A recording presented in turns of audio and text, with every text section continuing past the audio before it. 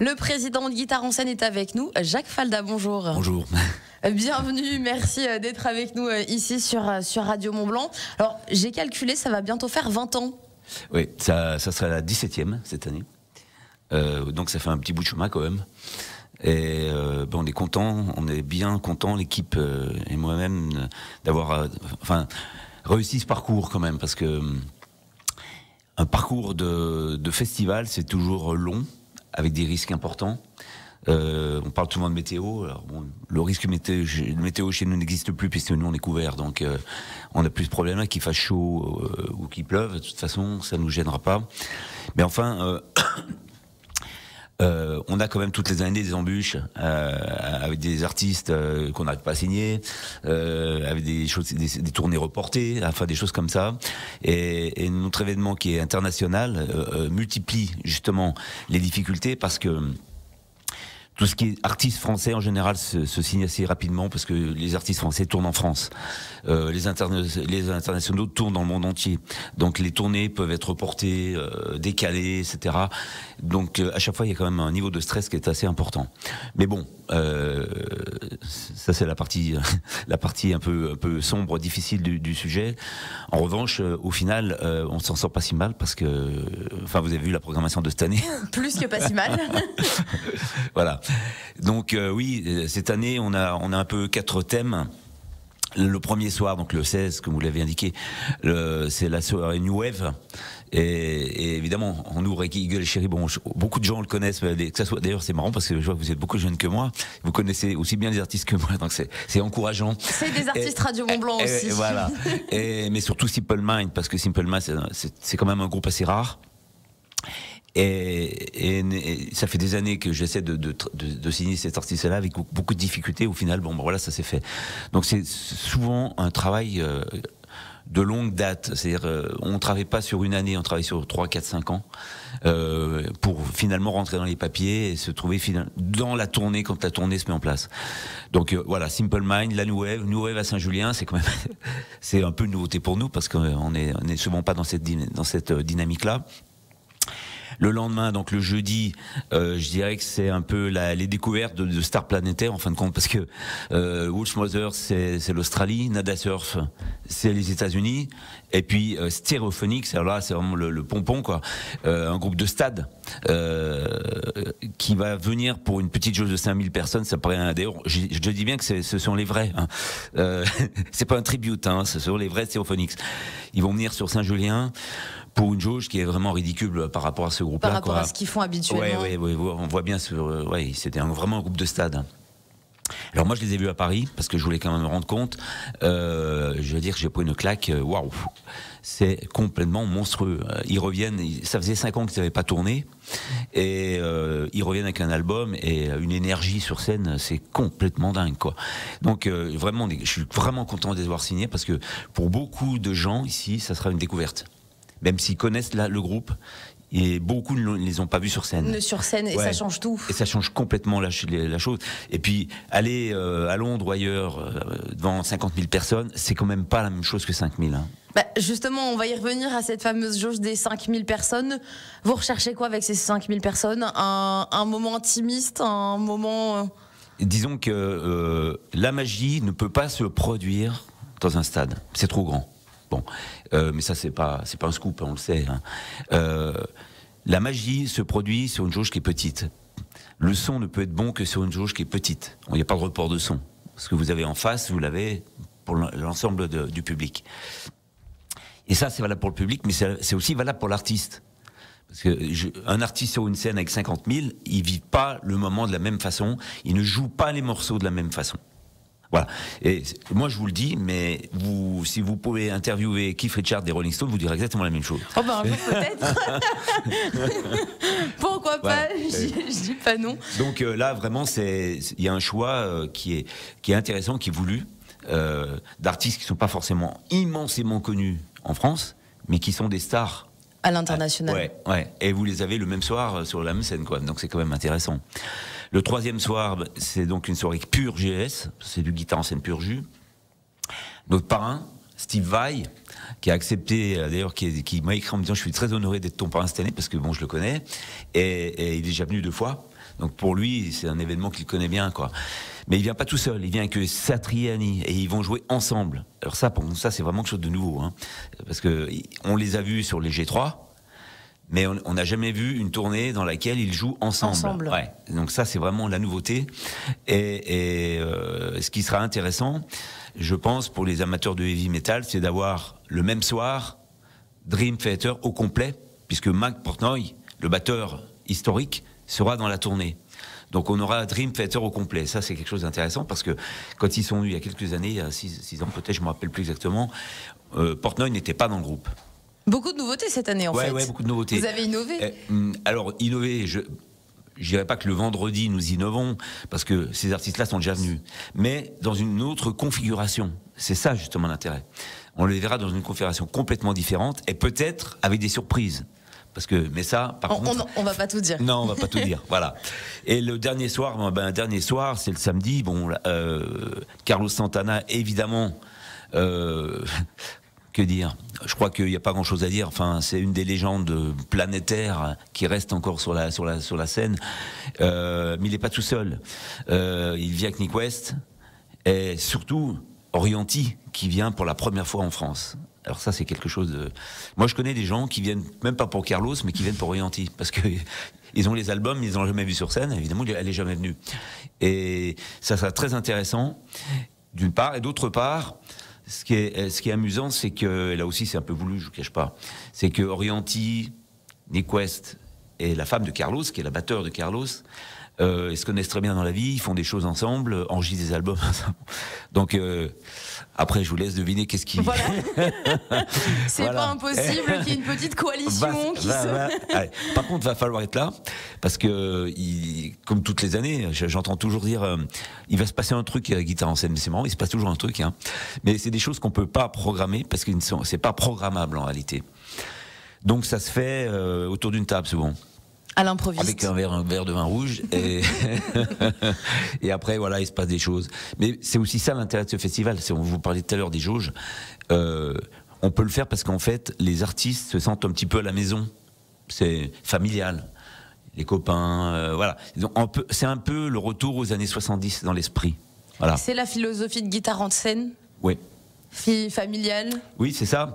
On est une bande de copains, on est quasiment pas tous là parce que les hommes de 17 ans, certains sont partis évidemment, mais l'esprit de 2007 est complètement authentique, c'est-à-dire qu'on n'a absolument rien changé. Alors l'événement est devenu important puisqu'on a des budgets qui sont faramineux, hein. Mais l'esprit est le même. L'esprit est le même. Et il me semble que Guitare en scène est né un petit peu de la même manière avec une bande de copains, non ? Oui, c'est ça. Comme beaucoup d'événements, hein, faut dire les choses. Oui, une bande de copains passionnés de musique, mais aussi passionnés d'aventure humaine, parce que c'est aussi une aventure humaine. C'est pas que de la musique. D'ailleurs, quand on y va, quand on est les gens qui sont là, les médias qui viennent chez nous, la plupart d'ailleurs, toujours, on les connaît tous maintenant, viennent aussi pour ça. Parce qu'on passe du bon temps en fait, hein. C'est aussi une aventure humaine. C'est pas que des stars. Là, je tiens à le dire quand même, parce que souvent on nous dit il y a que des stars. Et oui, il y a des stars bien sûr, mais c'est pas que ça. Il y a d'autres choses.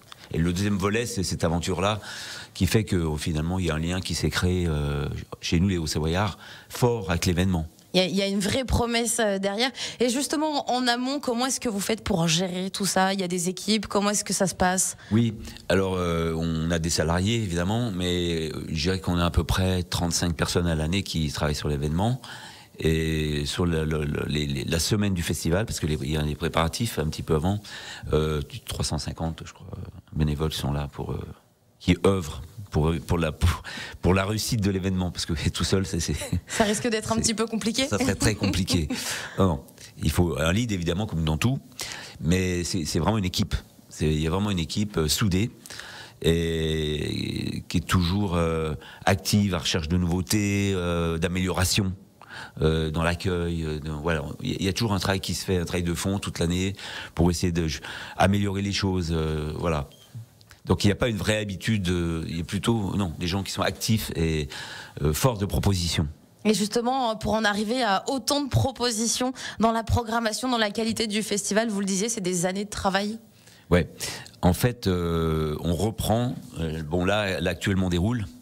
Mais à partir du mois d'août, on reprend le travail, c'est-à-dire on retravaille sur la programmation. Moi, j'ai déjà fait des offres pour 2026 là, pas mal d'ailleurs. Pour 2026, on ne sait pas si on va aboutir, mais en tout cas, on est déjà positionné plus d'un an avant, sur les plus grosses têtes d'affiche, parce qu'on veut être certain d'être dans les tournées, c'est de se mettre en place, ce qui m'oblige moi à voyager, aller voir les gens, etc. Mais ça, c'est dans le menu. C'est le travail. C'est dans le menu. Voilà. Et si on doit relever un temps fort, un ou deux temps forts vraiment pour les auditeurs de Radio Mont-Blanc qui hésitent encore à savoir quel jour ils doivent venir pour cette édition. J'irais un temps fort, je pense qu'il y a 4 temps forts en fait, parce que c'est 4 soirées qui sont complètement différentes. Donc c'est très difficile d'avoir un temps fort là-dedans. Évidemment que la plupart des gens ne veulent pas rater Carlos Santana, parce qu'a priori, on se pose quand même la question de savoir si ce ne sera pas la dernière tournée. Il fait une tournée mondiale. Hein. Il a 78 ans, on ne sait pas ce qui se passera derrière, mais les gens ne veulent pas le rater, parce que si jamais c'était la dernière tournée, il faut pas le rater. Voilà. Il faut être là. Il faut être là, évidemment. Mais sinon, je vous dis tous les soirs, comme j'expliquais il y a 2 minutes, c'est des soirs qui sont vraiment différentes. Donc, pour les gens qui aiment globalement la musique, ils prennent un pass 4 jours. Je crois qu'il n'y en a plus. Mais on vient. Et sinon, c'est très ciblé. On parlait tout à l'heure de Simple Minds, c'est quand même très ciblé. Simple Minds et Satriani, c'est quand même pas tout à fait la même chose. C'est 2 univers complètement différents. Voilà. Donc, je dirais, c'est 4 soirées dans lesquelles il faut être là si vraiment on veut découvrir des choses. C'est 4 soirées pour moi. Merci Jacques Falda d'être avec nous. On fait une petite pause et on revient pour continuer de nous faire rêver sur la nouvelle édition de Guitare en scène. On le disait, 4 soirées exceptionnelles, 4 soirées avec des univers différents que vous nous avez concoctés. Mais à côté de ça, il va se passer quand même des choses sur le festival, des masterclass comme chaque année qui seront encore au programme. Oui, des masterclass comme toutes les années depuis 17 ans d'ailleurs. Donc ça c'est très intéressant, parce que nous avons la chance à chaque fois d'avoir des grands artistes qui viennent pour faire ces masterclass. Donc pour tous les guitaristes amateurs, c'est l'occasion justement de travailler avec ces gens-là, et puis aussi de les découvrir, de les connaître, de les rencontrer pour de vrai en fait. Donc ça c'est très intéressant. Et plus les années passent, plus l'événement est connu, donc du coup on a de plus en plus de facilité à accueillir ces gens-là. Exemple, vendredi, Matteo Mancuso va faire lui-même la masterclass. On a peu de mal à la remplir, hein, je vous cache pas, puisque c'est la nouvelle star de la guitare, c'est un jeune, un Italien. Je pense qu'il y a quelques années en arrière, on aurait eu beaucoup de mal à pouvoir faire valider ce genre de masterclass. Aujourd'hui, c'est beaucoup plus simple. Et ça se déroule comment alors, une masterclass ? Eh bien, chaque artiste a une salle en fait, et il a des élèves en face de lui, et il travaille sur des morceaux, sur des techniques. Et en général, l'artiste après leur fait un petit show, enfin, choses comme ça, pour leur montrer des choses intéressantes, et leur faire découvrir des choses aussi intéressantes. Et ça dure, les masterclass tous les soirs, en fait, tous les jours, tous les après-midi. Oui, c'est tous les après-midi, c'est ça, oui, à partir de 14h. Donc après, on fait des visites avec les élèves, puisqu'on expose des guitares. Donc des guitares souvent prestigieuses d'artistes qui sont venus chez nous. Donc après il y a un petit tour avec les histoires des guitares. Enfin voilà, on emmène les gens dans cet univers-là pour qu'ils se souviennent toute leur vie du moment passé chez nous. Mais j'ai l'impression que c'est un peu ça, hein, l'ADN de Guitare en scène. Il se passe toujours quelque chose et on repart toujours avec un souvenir spécial. Oui, c'est ça. C'est aussi le but, hein. C'est que on soit pas sur quelque chose de plat, mais quelque chose de fort. C'est important que les gens qui payent quand même vivent quelque chose de fort et qu'ils s'en rappellent en disant mais j'étais là-bas, mais waouh, j'ai pris une claque, c'était dingue et j'y retournerai. Ça c'est important parce que c'est facile de faire des choses d'une manière plate. Vous voyez, les gens s'inscrivent, on fait c'est simple, mais c'est pas ce que nous on attend. On attend autre chose et ça marche bien. Hein. On se donne du mal, mais le résultat est super. Et le retour également. Et là, d'autres moments spéciaux à Guitare en scène, les jams. Oui, alors ça aussi, la jam fait partie de l'ADN du festival. Depuis le début, on a fait des jams parce que en fait, pour beaucoup d'entre nous, on était musiciens. Et musicien, ça veut dire tu montes sur une scène et tu joues. C'est ça. Hein. Et un peu dans tous les styles d'ailleurs, jazz, blues, rock, c'est assez finalement facile de jouer avec d'autres musiciens, parce que souvent les gens jouent sur des morceaux classiques. Et tous les musiciens les ont joués un jour ou l'autre. Et puis l'intérêt de la jam, c'est qu'on peut en mettre 2-3 à côté. Des notes, hein, j'entends.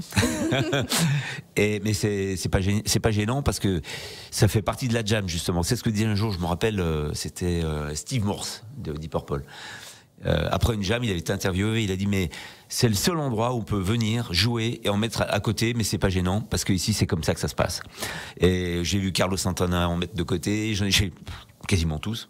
C'est normal. Mais c'est normal, c'est la spontanéité je crois aussi. Que le seul qui était le plus parfait que j'ai vu jouer sur une jam chez nous, c'était Paul Jones de Led Zeppelin.